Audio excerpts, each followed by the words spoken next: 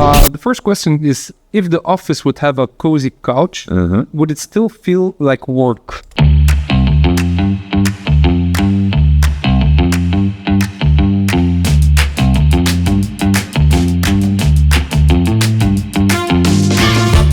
It's very tempting to think that putting a sofa and a ping pong table in an office makes it more attractive to people. However, flipping it the other way, if you've got a crappy office, it pushes you away. As long as it's backed up by other actions, it sets expectation. It's a fine line between how cozy do you make it at work and which actions can you do with it. We try to recreate the home, but I think that we should be better than home. We should have the things you don't have. The same thing also on having your own office. Yeah, it's quite depending on the generation. Well, it's change management though, isn't it? For some people, change is incredibly painful. Help people understand, that they're not losing anything. A year and a half ago, we took the decision that we were going to design it specifically with hybrid working in mind. I think it requires a lot of consensus building. Listen to what people need to get the work done, and they will follow you in a certain ways. And yeah, the clean desk is one of those things. I have a box, I've written on it, box of shame. I'm a nightmare to work with. Anything that's left on the desk, I put it in the box of shame. I put it very obvious at the end of the day, and everybody makes his walk of shame to the box of shame. That's it. Yeah.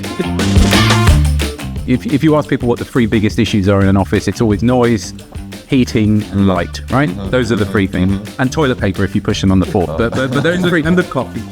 Oh yeah, and in Belgium it's always Don't forget the coffee. Okay. All right, but apart from the sanitation, the medicine, education, wine, public order... It's very difficult to put policies forward for everybody. Act like you preach. Of course, to be an example. Yeah, give them a sense of belonging. What would inspire you, for example, to get back to the office, to maybe attract more people to the workplace or to feel better? A workplace that is very digital. The fact of sustainability, flexibility and professionalization. We spend half our lives there, so of course, doesn't matter what you do. It needs to be nice. It should be nice, absolutely. So I would like to ask you guys if you have some tips. On a very practical basis, I have a pouch which has everything I need for my desk. It's got my mouse, it's got my cables, it's got a notepad, it's got my pen. And then when I get to work, I unzip it, like that. And comb my moustache, little mirror. And suddenly that's my work area. So it feels like my desk wherever I am. From a company perspective, culture is super important, right? As a leader, as a business leader, you have to be seen to be doing the things that you're asking people to do. If there's a yoga room, smoothie bar, why is the office still empty? Culture is what happens when the boss leaves the room. You can't force culture. When you are going to make the change, start small. Then your culture will grow. And then you can start thinking about, okay, how can we start addressing the empty Friday office, or whatever. You talk about a lot about social interaction. It's exactly this that you cannot create at home.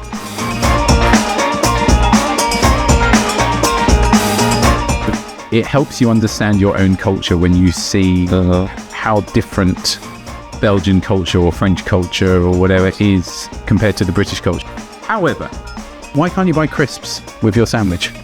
Culture. But you're wrong. But you're wrong.